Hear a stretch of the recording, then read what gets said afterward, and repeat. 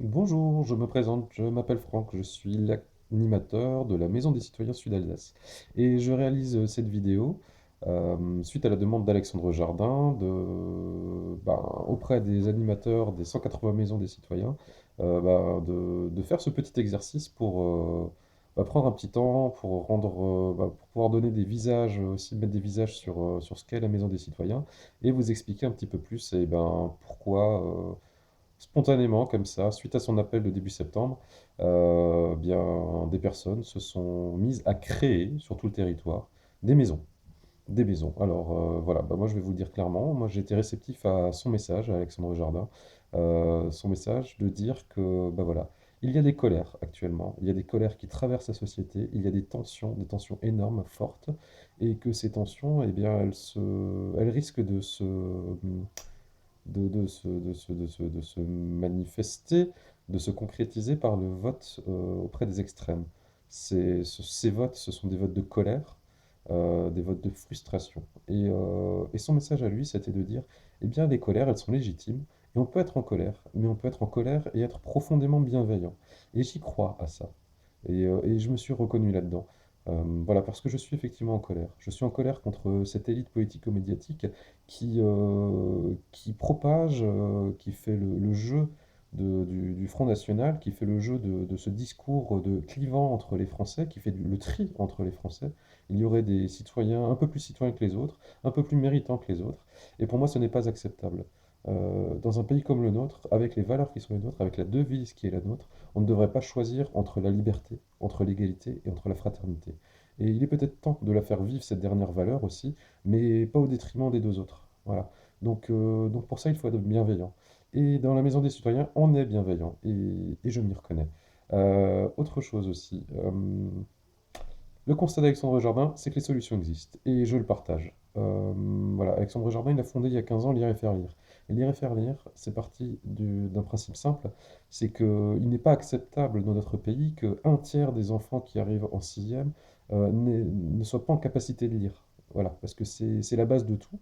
Et donc, il a proposé que les bénévoles, ces retraités, ces gens qui avaient un peu de temps, viennent consacrer un peu de leur temps pour transmettre leur passion de lire.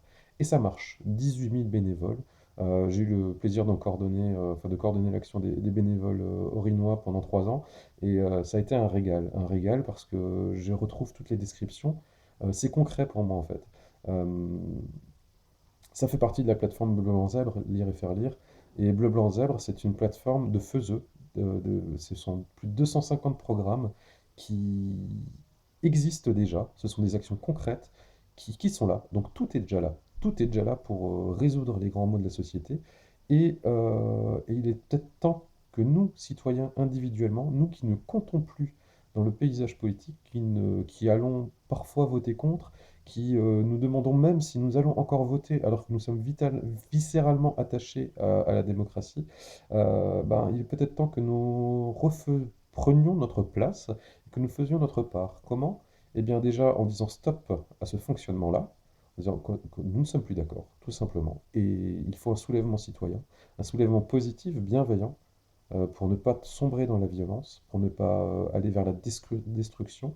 Mais il faut aussi reconnaître que ce sont les usagers, l'expertise d'usage sur un territoire, que ce sont les gens qui vivent sur le territoire qui sont légitimes à orienter les politiques publiques et à demander des comptes. Voilà, donc c'est ça, ne plus se satisfaire de déléguer à des personnes qui servent leur propre intérêt parce qu'on leur laisse la possibilité de le faire, ne plus accepter ça et d'être plus exigeant avec la fonction élective, plus exigeant avec cette question de la représentation démocratique, et aussi être des soutiens de terrain, des soutiens visibles, médiatiquement visibles, en étant les plus nombreux possibles à nous compter.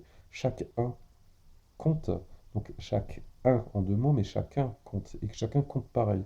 Donc il faut se compter sur la maisondescitoyens.fr pour avoir plus de poids médiatique et dire, ben voilà, on va changer les choses, on n'accepte plus cette idée qu'on peut résoudre à notre place nos propres problèmes. Non, nous avons les solutions, et si nous ne les avons pas, nous avons autour de nous des personnes qui ont ces solutions-là, et on va les soutenir. On va soutenir les faiseux, On va soutenir les élus qui se retroussent les manches au quotidien, les associatifs qui retroussent les manches au quotidien, mais aussi les entrepreneurs qui ont des solutions concrètes et qui ont besoin de soutien. Voilà, donc la Maison des Citoyens, c'est un lieu de rencontre aussi.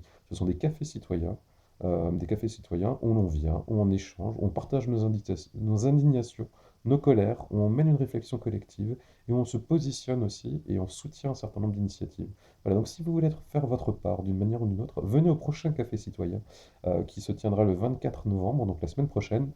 C'est un jeudi, à partir de 18 h au Shed, à Kingersheim. Donc ce sera un moment convivial, un moment où vous pourrez poser vos questions, où vous pourrez aussi rencontrer ben, des gens qui agissent déjà, pour voir un peu ce que ça donne. C'est bienveillant, c'est à l'image d'Alexandre Jardin, c'est ce qu'il nous faut pour vivre bien ensemble de nouveau et pour avoir de nouveau la foi en l'avenir. Voilà, donc venez nombreux. J'ai créé cette maison, c'est ma part à moi. Euh, voilà, je vais la faire vivre. Je ne suis pas seul, je suis de mieux en mieux entouré. Et, euh, et voilà, donc toute cette énergie-là, vous allez aussi pouvoir puiser et en apporter, et on en a besoin.